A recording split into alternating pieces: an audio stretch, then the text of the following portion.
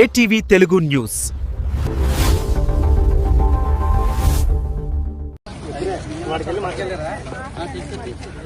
Sir మన 25 కేజీలు నాకు తెలియదు సార్, అది రాత్రే జరిగింది.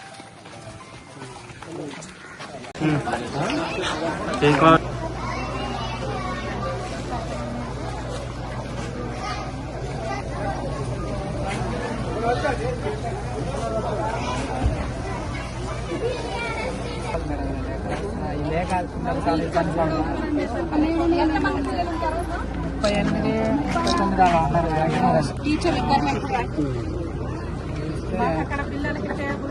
39 వాటర్ ట్యాంక్ ఒక మేడం చెప్పడానికి ఇబ్బంది పడుతుంది మేడం. పిల్లలకి చదువు కూడా కావాలి మేడం, ఇప్పుడే కావాలి మేడం. ఇప్పుడు మీ జల్ జీవన్ మిషన్ లో ఏమి రాలేదు.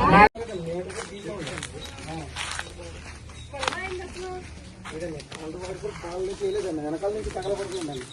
కరెంట్ వారు కూడా ఇది కాలేదండి. మీటర్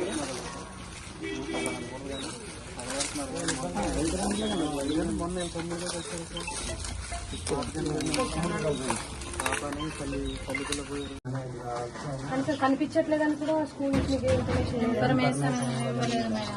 అసలు 3 రోజుల దాకా ఇన్ఫర్మేషన్ అందుకంటే ఆ రోజు ఫోన్ చేసి మీ బాబు తీసుకొచ్చారండి అని ఫోన్ చేయలేదు. వేరే వాళ్ళతో ఫోన్ చేయించారండి. నాకు టీచర్స్ లో ఫోన్ చేయించారు. ఆ రోజు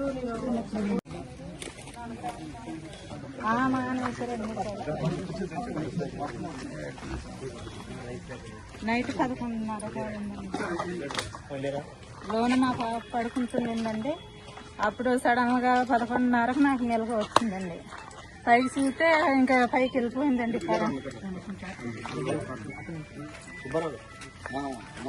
అడుగు సడన్ గా మా ఆయనకి ఏకేసా లేగండి కరెంట్ దేనివల్ల అగ్గి వచ్చేసింది అని లేపేటప్పటికెలా పైకి వెళ్ళిపోయింది.